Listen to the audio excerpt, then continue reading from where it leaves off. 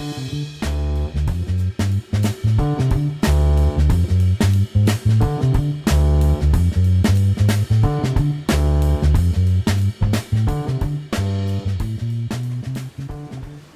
everybody and welcome to another product review video, and today we are going to be discussing the Pro Acryl paints from Creature Caster by way of Slow Fuse, and these are really exciting. So, you know, several times now in a row, as I said last time, I've started my video off like that I'm pretty excited, but the reality is I keep reviewing things I really like, so I'm gonna keep being excited. And I don't want you to hold that against me. But the people at Creature Caster were nice enough to reach out to me and send me along a set of these paints to review.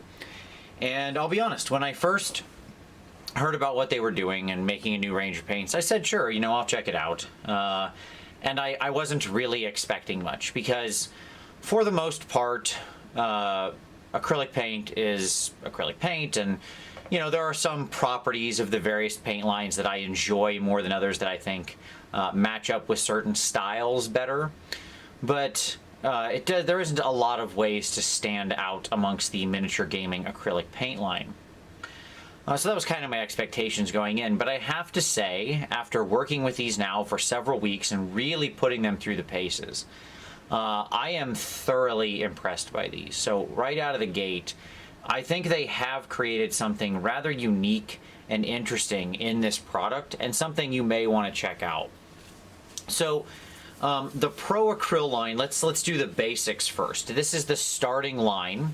There are 29 paints in the set. Obviously, I do not have them all pictured here. I will link down in the description. If you look down below you, it's down there.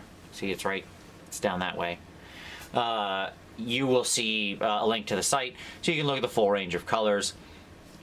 Noticeably, you know, what's lacking in this initial set is like perhaps a strong turquoise, a couple strong purples, a bit of more flesh variants, that kind of thing. But it's a solid stable of colors for the first set. You get, so for 29 paints, they are $88.99 or $89 if you're in America. In the US, they do have different prices based on where you're going in the world. But realistically, for effectively $3 a bottle, it's not a bad deal. The line has 24 sort of matte standard colored paints, and then 5 metallics in it. The metallics I have here, some of the standard ones like the rich gold, copper, and silver. There's also 2 other metallics in the line. So I want to talk first about what really makes these paints. In fact, I'll just lay them down so you can kind of see them, and then we'll move them off here, as we're going to work with these obviously some. What makes these paints stand out and be interesting? So why do I think they made a different product here? Because at $3 a bottle for basically a 20 ml bottle, so you do get a little more paint than what you're getting in, say, your standard Vallejo 17 ml bottle, and certainly more than your Citadel 12 ml pot, which costs a lot more than these by far. So you're getting a little bit more of a deal, but I think they're high quality. They're interesting in what they're going to achieve for you. And what I mean by that is, right off the rip, here are, to me, the most important determinant factors about this paint, okay? They are 1, incredibly opaque, 2, incredibly matte, 3, they flow really, really well, okay? So this is a very unique chemistry they've created here. These have an incredible coverage. Like, they are so pigment rich. These are probably the most pigment rich miniature paints I've ever worked with. Okay, some of the reason that people go to things like heavy body acrylics in artist lines are because of the intense pigmentation, right? And there are paint ranges that exist that are known for their high pigmentation. Scale 75, you know, sort of built their name on their extreme high pigmentation and their matte finish. This is more pigmented, as near as I can tell, than their paints, because its coverage is just it's unbelievable. Okay. Well, and I'll show that to you in a while here. I'm getting on my palette so I can actually show you this in process. They dry so wonderfully, perfectly matte. Again, very much like Scale 75. If you're familiar with that, they are as matte or more so than that. And they are very fluid. What I noticed in working with them is that I was able to draw pretty sharp lines without the use of flow aid.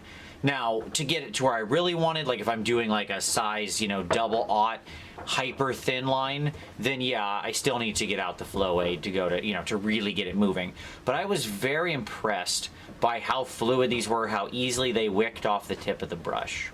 So design-wise, they're really strong in those categories. Now, this does pose a bit of an interesting challenge. If you're, like me, a painter who uses glazing a lot, okay, then you're going to find a bit of a challenge because these are so dense and so pigment rich. Honestly, they can be a little hard to glaze with. You really have to like work with them for a little while to understand just how thin you can take them. And I mean, you can take these ultra thin, so thin. Like I've never seen a miniature acrylic paint be able to be stretched so thin and still, maintain its color, not break apart, not cause coffee staining, etc. Now, as I just put paint on the palette, you'll probably notice the most unusual feature of these bottles, and that is their design. The plastic is fairly tough and hard. It's not a soft bottle, so you do have to give it a good squeeze. The thing that sets this apart over, say, a traditional dropper bottle is this tip. So if you can see the tip here, you see I've got the ring of paint on the top. That's because this pulls up. And the nearest thing I can give you to explain how this rotating pull-up tip works is this. Your old Elmer's school glue, right? If you remember how that works, where you rotate it up and around and create that little hole in the top. It's the same thing here. Okay? So this rotates and then you get this hole there, you pull the paint out, and then when you pull it back down, generally you just want to take a paper towel, and once it's sealed shut, you just kind of dab the end a little bit and you're good to go. Interesting side note is I've seen sometimes people put will put a drop of paint on the top of the bottle for storage so they can see what color it is. Hey, if you're one of those people, as you can see, it already does that for you. So there you go. That's nice. I'll just give you a quick example of how much this covers. We'll get out our old friend the ogre here. This poor guy has been in more hobby cheating and product review videos. He's got 20 different kinds of paint scattered all over him and pigment and everything. And I just grabbed some magenta here, okay? And I'm gonna grab a fairly old brush. We'll work into this. I have a moist brush, but other than that, I'm not really thinning it too much. And I'm just gonna go over in fact, we'll go over this metallic paint that's on the front. Because, covering up matte with an acrylic paint. And so as I do, you'll see that this goes on incredibly smoothly and just completely covers that metallic right over. Like nothing shows through. I can just keep painting and give him a little pink stick here. And it will really just last and last and last. It's shocking how much you can get out of this stuff. What that means is that if you're a fan of like wet blending or that kind of thing, this is an excellent paint for you. That's where I've been using them primarily. Like we'll let that dry and you'll see that has, fully opaque and fully matte. I've been using this for a bunch of wet blending. I have found that it's really excellent in that regard. In fact, here we'll take a little bold titanium white, and we'll drop that onto the palette. They actually have a really nice white. I've noticed it's quite smooth, flows very well, avoids the chalkiness. So I think it's a great color. Again, dries very, very matte. Okay. So we'll just do a little quick wet blending example here. We'll do it on his we'll do it on his pants on, let's say, the blue side. We'll turn the blue side that color. So again, I'm just going to get my brush kind of wet, but nothing else. We're going to go into that paint. No flow or no retardant, no anything like that. We'll drop some pink on there rather thickly. We'll wipe the brush. Go into the white. We'll get some of that up there. Just pull that in.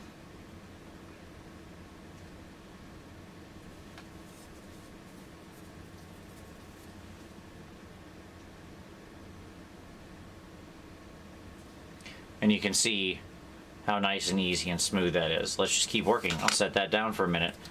I'm not even going to touch it. I'm just going to let it be. Then I'll grab a black. We'll grab some coal black. This is the darkest color. It doesn't dry perfectly dark black, mainly because it is quite matte, and matte black tends to actually be quite gray, but it is a really nice black color. Still kind of wet. We'll pull some of that in here. We'll get some shade down here.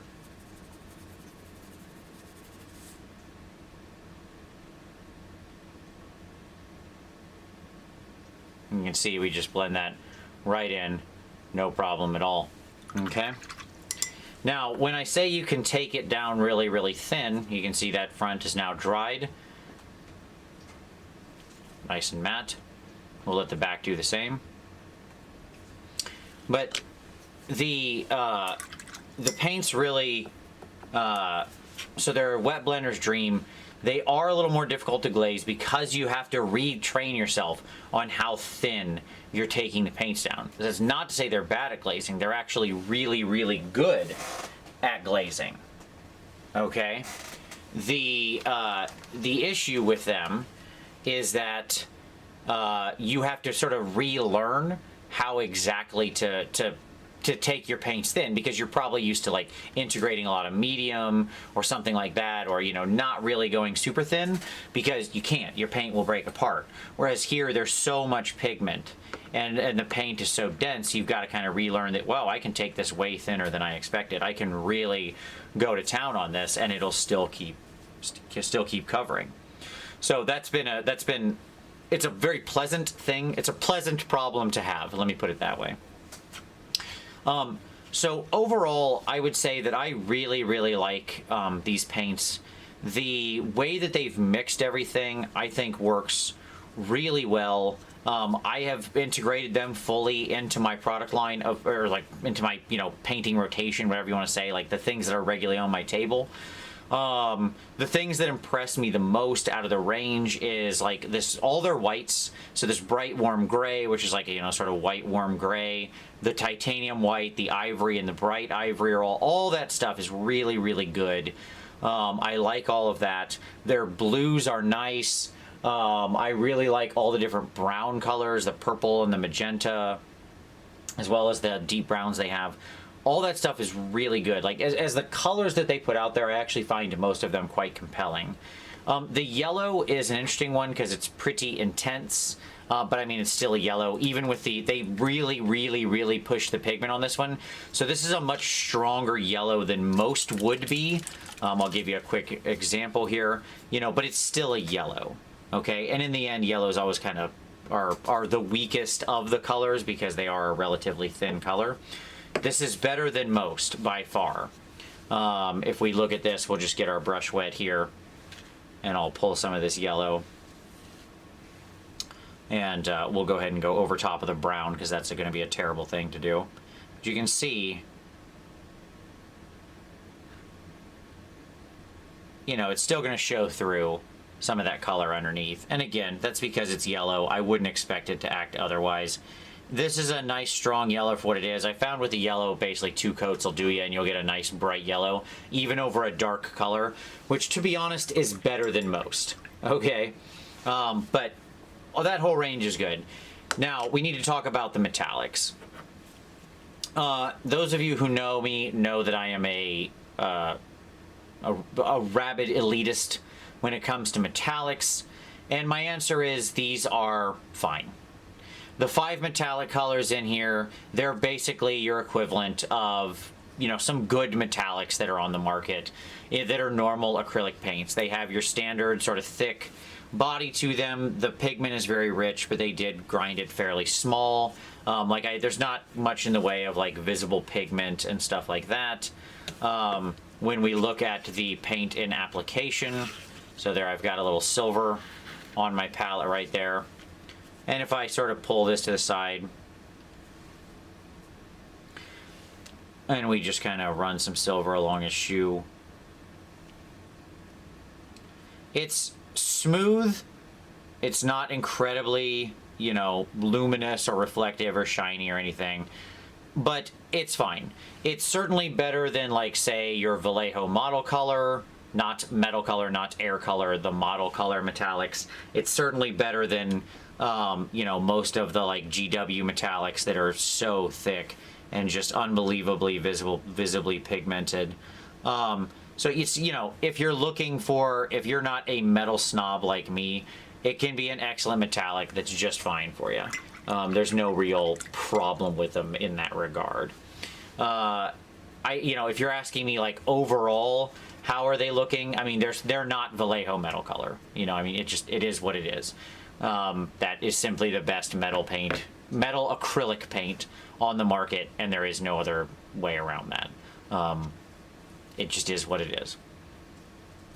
So the last thing I want to show you here is just glazing with this real quick. So now I'm going to get my brush just very full of water. I'm going to grab a little bit of this magenta, and you can see I just want to keep pulling this out and adding water until you see just how thin I can take this. Okay, so we thinned that way down, and now we'll just glaze nice and easily over our space there, and you can see you get a nice smooth application of the color, but it's still quite rich. And I mean, you saw how far I stretched that paint out. Look at that, right? And it was still able to stick, adhere, no coffee stain, dries nice and matte, doesn't break up. It's wonderful. So in that regard, like I said, once you sort of reset your expectations around what you can do with your glazes, it's very pleasurable to work in that way with, but it does take a change. So overall, I give this set absolutely an A. I think it's a great set of paints. Its limitations right now are obviously the amount of colors available, with only 29 colors in the starter set, 5 of those being metallics that, like, they're not bad. I would still see it worth it even without the 5 metallics, to be honest. I think it'd be a worthwhile investment. There, you get more paint at a good cost, like I said, at effectively $3 a pot for bigger pots than what you're getting out of, Vallejo or anyone else in the market. I think they're a very solid investment. They are wonderful, especially for perhaps newer painters who like a lot of coverage. If you're doing like a lot of base coating and washing and stuff like that, these are going to be just so solid on your base coats. They are the richest, smoothest base coat paints. They apply, they self-level really well. They dry hyper matte. They don't cause you any problems. They flow off the end of your brush so easy. They will help you with sort of brush control a little bit, if that's still a thing you're challenged with, because your brush doesn't splay as easy. Paint will more easily flow where you want it. There's no substitute for practice, but having paint that's properly flowing does help. And this can help you get there if you're not quite sure yet on how to really thin your paints and stuff like that. They have an overall really high quality of the color that you get out of it. Because they're so pigment rich, you in turn get a really rich, vibrant color out. Like, I mean, I use that magenta, which is like this, very bright pink, and you can see just how vibrant that is right there, right? And there's the back where we faded it out and glazed a little bit. We can still see where that is. So, overall, these definitely get a strong A, an absolute recommend. I think they're a wonderful series of paints. I really have enjoyed them, mix them into my paints, and if you're looking for a new range, this can be something really, really great to try out. So like I said, the link is below to check them out. But as always, I very much appreciate you watching this. If you've had any experience with them or feedback, feel free to drop that down below. If you've got products you'd like me to cover for future product review videos, feel free to drop a comment. Always happy to listen to user suggestions. But I thank you very much for watching this one, and we'll see you next time.